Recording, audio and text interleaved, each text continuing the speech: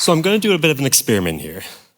And what I need from you in these next 30 to 40 seconds is that I need you to turn to the person next to you and tell that person your name, tell them where you're from, and tell that person something about yourself that not a lot of people know about you. Go.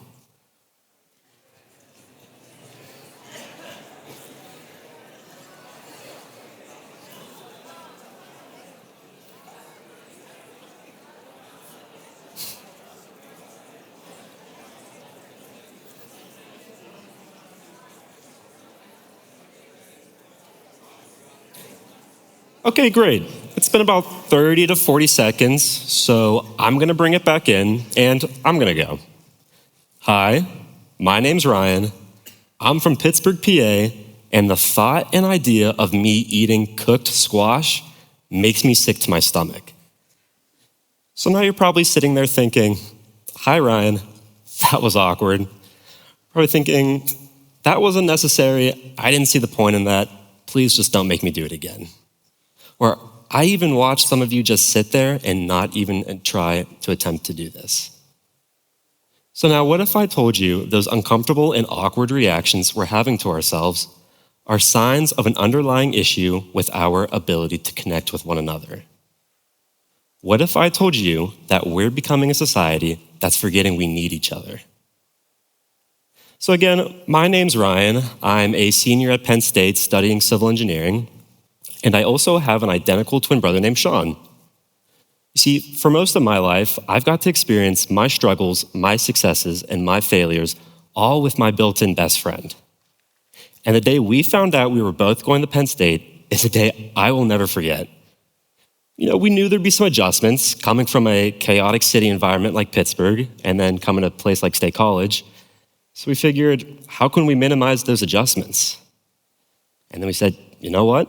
We've roomed with each other for 18 years. What would be one more? And that's exactly what we did. We became freshman roommates. But with that, we had to make an agreement that we would not be dependent on each other and that we would branch out and develop our own identity away from one another.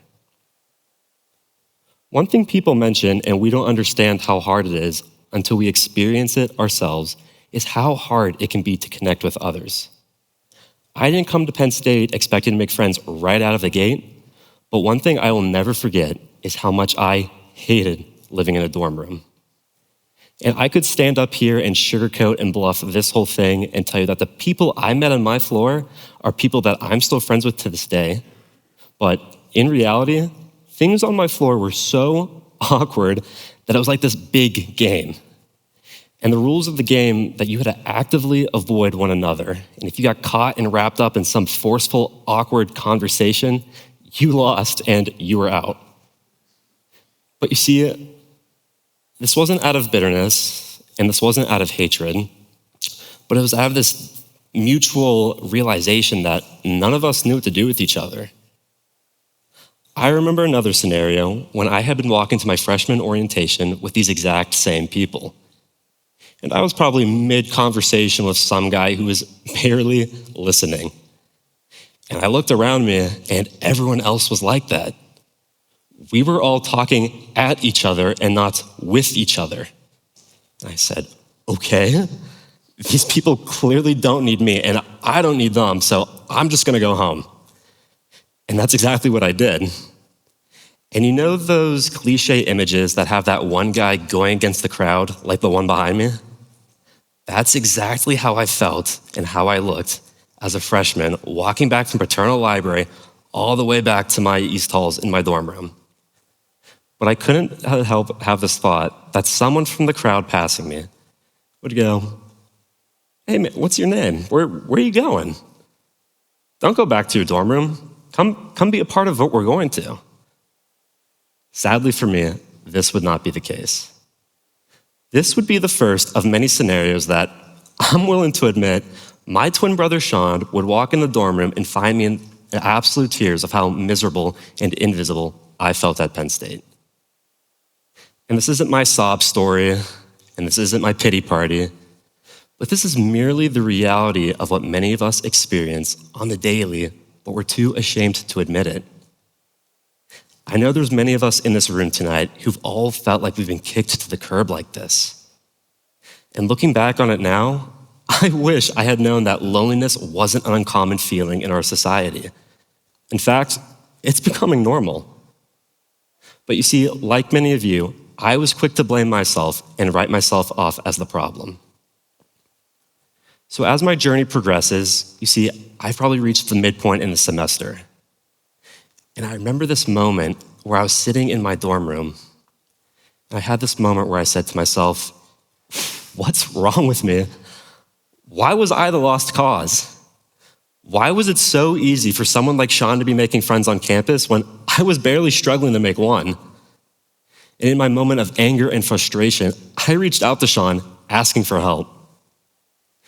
And with that help, I went against our agreement. And you see, when Sean saw me, he didn't just offer words of encouragement or a pat on the back, but he extended an invitation to be a part of the friend group he was with. And little did I know that by accepting this invitation, I would become a part of something that I didn't necessarily see myself being a part of. The group I got involved in was called Young Life, and Young Life was this ministry organization that had college students, like myself, dedicating their time and energy to going around the Center County school districts and inviting students to reimagine what community had looked like for them. You see, I stepped into this community that prioritized connectedness in a way that I've never experienced before. They taught me that it wasn't about being in the same room, but it was how you actively engaged with one another is where it mattered. To do this, they taught me 3 basic fundamental habits that I could incorporate into my life, where I would set myself up for authentic relationships. And these relationships included showing up in people's lives, getting to know them, and inviting them to be a part of yours. So if you look at the Venn diagram, most of us are here. We're doing this right now. We do this just by being around each other on the daily, whether that's intentionally or unintentionally. In terms of getting to know people, this is where we want to see what makes that person tick. What do they like? What don't they like? Who are they? In terms of inviting people into our life, this can be scary. We have so many fears and insecurities that we're scared to invite that person into. But if we can get past this, you set yourself up for success on both parties. So, what were these overlaps? In between showing up and getting to know, I called this familiarity. You're familiarizing yourself with this individual and you're seeing what you like and don't like. And then showing up and inviting others, I called this investment. Showing that person you're willing to show up, invest your time, and you might create a relationship with them. In between inviting and getting to know, I called this connections. Realizing that you have common grounds with someone, and with that common ground, you can invite that person into some aspect of your life. And then finally, in the middle of it all, this is where authentic relationships lie. You see, Young Life was changing the way I thought about my relationships. It was changing me to go against everything I knew about our individualized culture and what it teaches us. Our culture teaches us that we don't need each other and that we can be self-reliant in our own problems. But you see, I want change. I want to be part of a change where implementing these habits becomes normal in our lives. I want to encourage authentic relationships.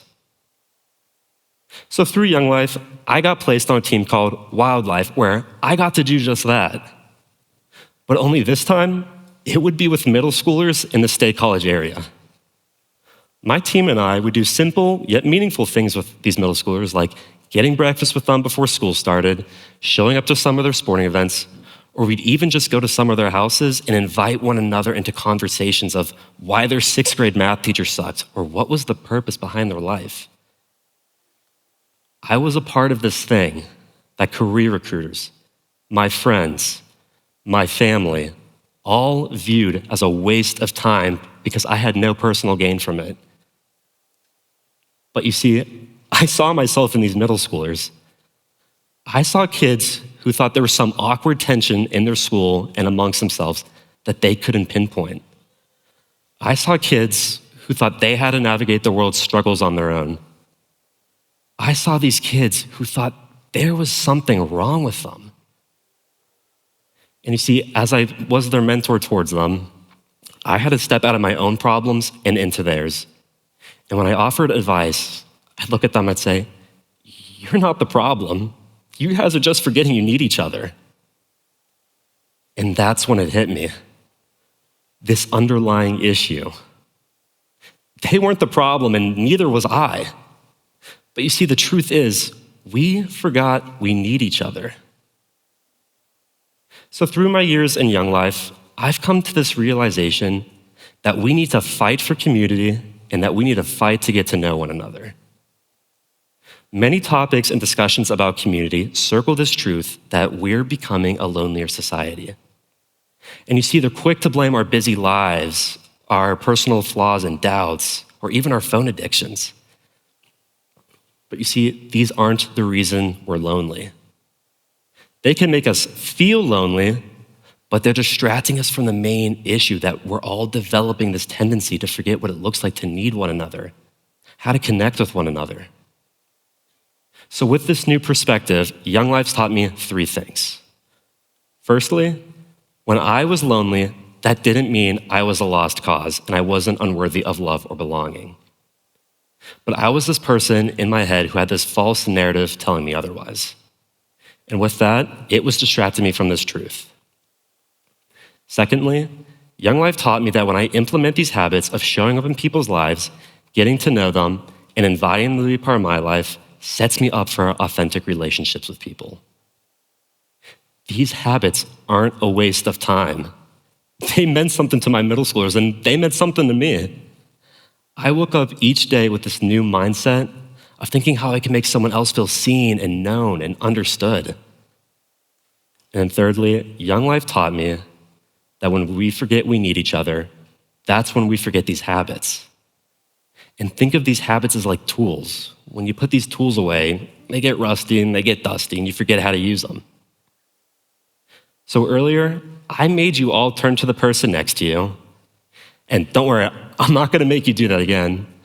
But I did that to not break the ice, but to show you how foreign that can feel and how vital it is to have those simple, spontaneous connections. You might have felt awkward, you might have felt a little hesitant, but in that moment, you were using these tools. And you were using these tools to arrive here. You know, it needs a little bit of time, but you all showed up to this conference tonight. You got to engage with each other, and you got to invite each other into some weird aspect of your life that no one else knows about you. You see, the solution isn't groundbreaking, but it's practical. And it doesn't matter if none of us in this room aren't willing to admit the fact that we need each other. So your homework moving forward is that you have to take one small step. Take one small step to implement these habits into your lives. That coworker we always see and you know nothing about him, invite him to get coffee before work starts. Or that classmate we're always sitting next to and we can go the entire semester without knowing their name, ask them what their name is. Or that neighbor we always run into when we're taking up the trash to the curb, muster up the courage and invite them over for a meal. Show these people they're worthy for showing up for. Show these people they're worthy of getting to know. Show these people they're worthy of inviting into your life. So let's stop letting lies distract us, and let's reclaim and fight for this forgotten truth that we all need each other. Thank you.